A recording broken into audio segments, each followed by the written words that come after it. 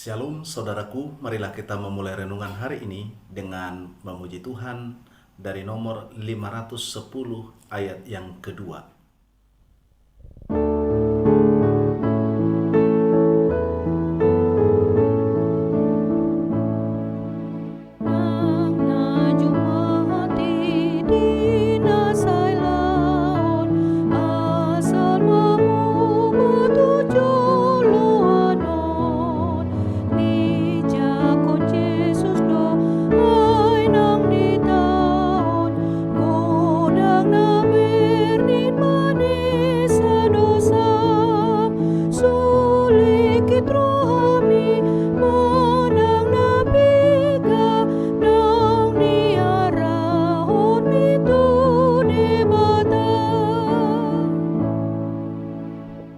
Mari kita berdoa.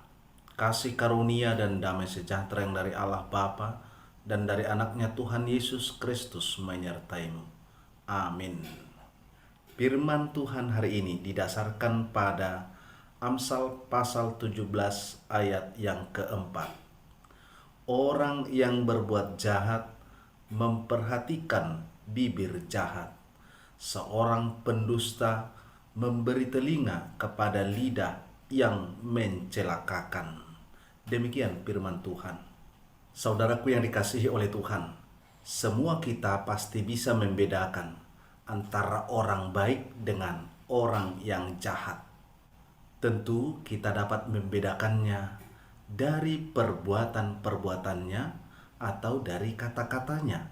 Namun selain itu masih ada satu cara untuk membedakan antara orang yang baik dengan orang yang jahat, yaitu dengan cara kita melihat orientasi atau fokus diri seseorang.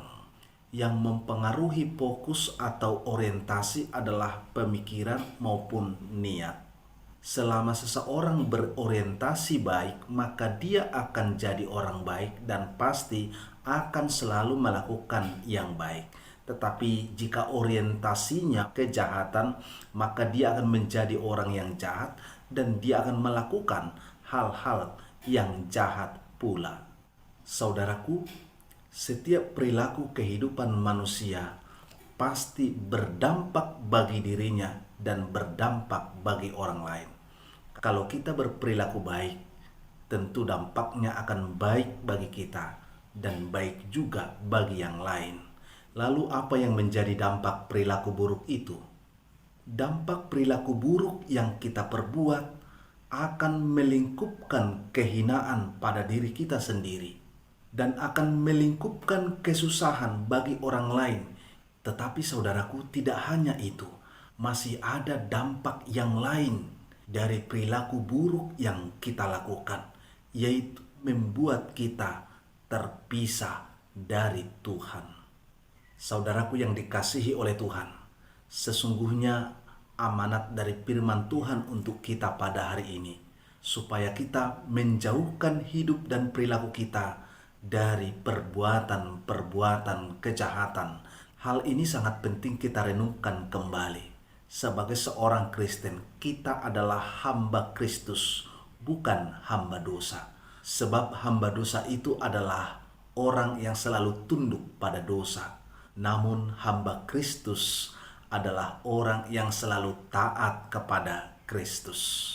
Untuk menggambarkan kelakuan kejahatan dan dusta itu, seperti kisah Ananias dan Sapira, mereka mendapatkan hukuman dan ganjaran kematian dari Tuhan Allah.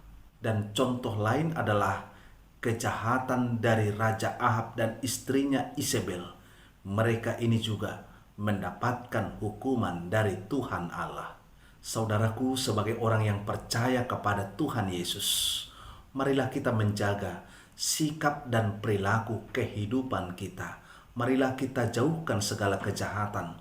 Marilah kita jauhkan segala dosa, kebohongan, dan dusta.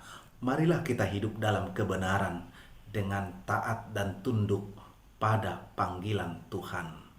Amin. Mari kita berdoa. Kami bersyukur Tuhan, firman-Mu menyapa kami pada hari ini untuk menyadarkan kami kembali akan perilaku kehidupan kami, Ya Tuhan Allah Bapa di surga, tentu kami tidak mampu menjalani hidup dalam kebenaran-Mu tanpa pertolongan-Mu. Untuk itu kami menyerahkan hidup kami di dalam tangan kasih Tuhan. Terima kasih Tuhan, dengarlah doa kami. Anugerah dari Tuhan kita Yesus Kristus dan kasih setia dari Allah Bapa dan persekutuan Roh Kudus menyertai kamu sekalian. Amin.